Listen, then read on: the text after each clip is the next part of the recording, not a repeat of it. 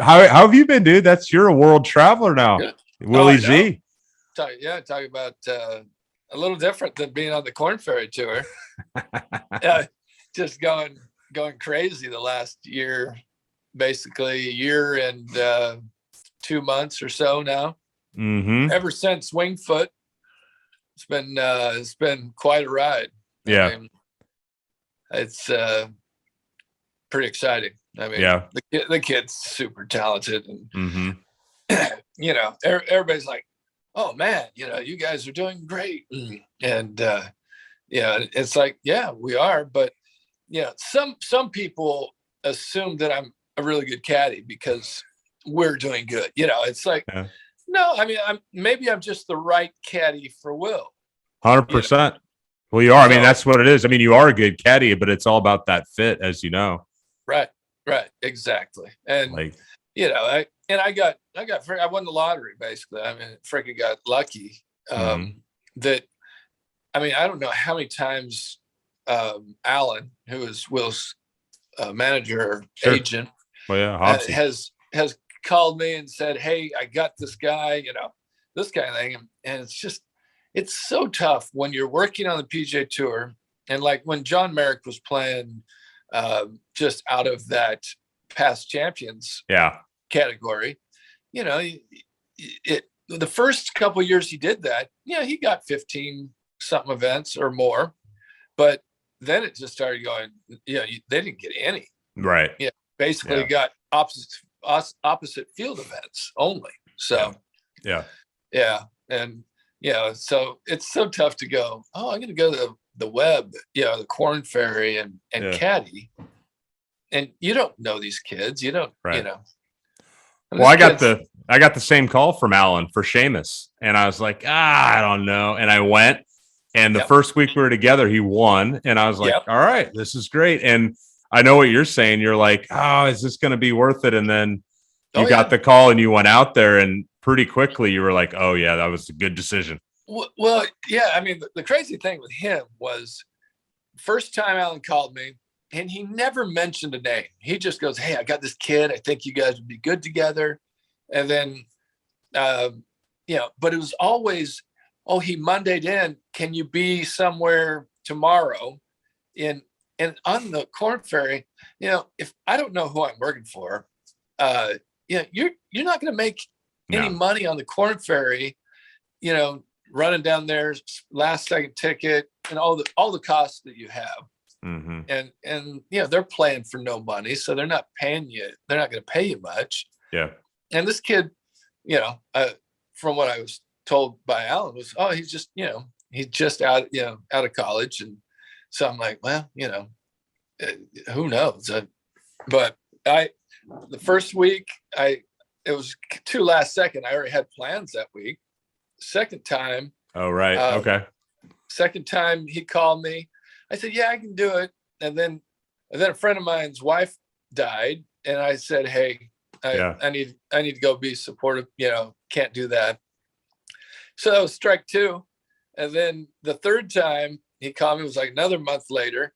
Yeah. And during this whole time, he had like 5 different caddies, and some of them were, PGA Tour caddies that, told him, hey, I got to go work for so-and-so on the PGA Tour. Yeah.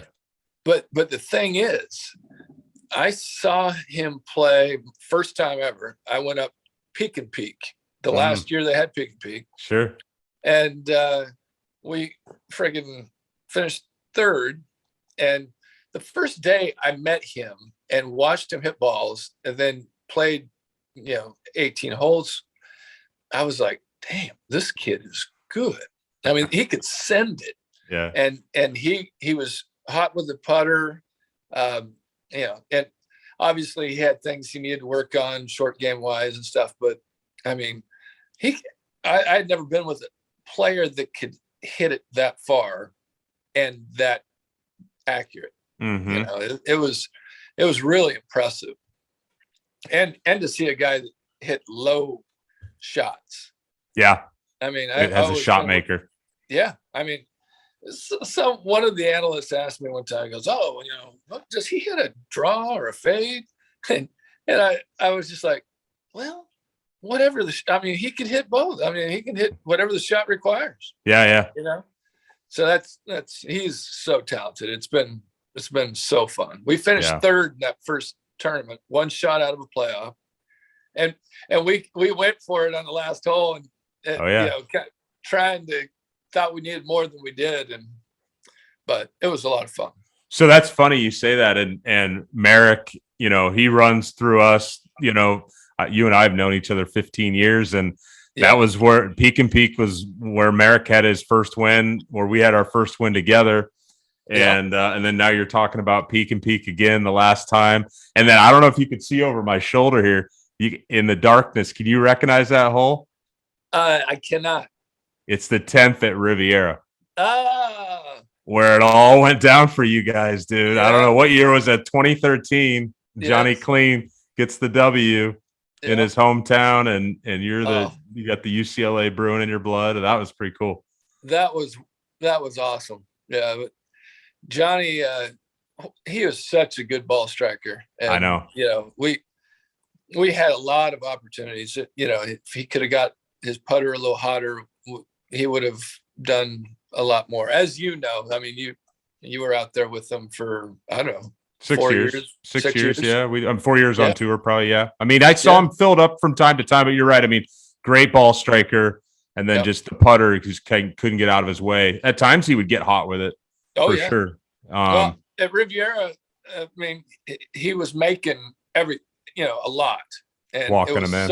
It was so fun to watch. It's just like, all right. This is the guy that, he's that talented, but just didn't really continue with the putter. So right. Yeah.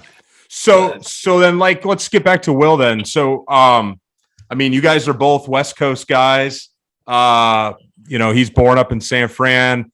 You've spent a lot of time in California. Like, what's your excitement level for starting this week, in the desert, and then also just for the West Coast swing in general? We're really excited. He's had 5 weeks off I saw him on the range the other day, and I drove by him because he's put on, like, I want to say about 10 pounds, 15, something like that. He's young, probably, I think about 10 pounds. And he's feeling good. His back is strong again. Oops, did I lose you? You're good. He's getting strong again, and that's great. He always comes out pretty strong after a long break. And so I'm excited. Of course, California. I love, obviously, Riviera, and he does too. I think he won like a junior amateur there. Or played real well there in some event. And of course, Torrey Pines. We finished 9th there last year. And so we have some good feeling for California, and he's excited to get out there and know his schedule. Last year was like week to week. And now he knows kind of what he's going to do, can prepare, and he's seen the courses. Yeah, this week was the only week that he had never played the courses before. Gotcha. So we're excited. Yeah, he's a big California. He loves California. I mean, he was yesterday. He was like, "Gosh, why wouldn't you want to live here?" It's so nice. Other than the taxes, it's perfect. Exactly. Yeah, dude. You guys like that Poe, huh? Oh yeah. You get down with the Poe. So do you bench more than him? Do you think, like, who's putting up more weight? I'm just curious. But he's got some gains on you now. I'm giving it to you. I'm just first glance. I'm giving it to you. Oh, thank you. I appreciate that. Yeah. I don't know how much he's probably not doing any bench pressing, because they do probably not a lot of core, and he could definitely squat more than me. Squat. So you're saying squat, it was maybe dead even, and you think maybe he's gone ahead of you? Oh yeah, for sure. I mean, he's been doing all kinds of leg work with Damon, and no doubt. My back would probably break if I tried to do squats again. Yeah. But here's something I didn't know about you. I was digging around, and I mean, maybe I knew it and forgot it, but I didn't realize you were a college basketball player. Yes. You played at Central Michigan for a year. Yeah, I played junior college for 2 years in California. I was the only white guy on the team. That's right. And the captain and shooting guard. We finished 8th in the state, and we got to the top 8 of the state. Talented team. But yeah, I loved basketball. That's my love. But as you get a little older, you realize your mind's the only thing that's working at the same pace. Yeah. Those for sure. knees go. Yeah. So if you could caddy for any basketball player, one round, maybe more than one guy, but who would come to mind if you go out and caddy for a group of 3 or 4 or one? Who comes to mind? Who would you like to spend some time with? My idol growing up basketball was Magic Johnson. Mm-hmm. I don't think he plays golf. No. Yeah. Okay. Michael Jordan loves golf. Yeah. But probably him and Jerry West. Magic Johnson and Jerry West. All right, I like that answer. I actually, when I was at UCLA coaching, I'd go over to Bel Air and try to get a loop in, and I went out there to the second fairway and stood in the fairway, and Jerry West hit a bucket of balls, and I was just out there, shagging balls out there, shagging for Jerry West. Yeah. Dude, that's great. Yeah, it was like I was like, oh, this is so cool. That's so cool. Yeah, and so you were looping. You were looping back then a little bit, huh? You go out there and pick up a loop when you were in college coaching the UCLA team. Yeah. And I actually caddied a bunch out of high school for a friend of mine that was the head coach at UCLA eventually. I caddied for him at Torrey Pines probably 5 times, LA Open 5 times, the Hope a couple times. Oh, okay. And what was his name? I forget. He was the coach when John was there. I mean, yeah, Brad Sherfy. And then were you recruiting these guys? I mean, like, did you recruit Spence Most and Johnny Clean? I mean, you were going to their tournaments and stuff and talking them up. Oh yeah.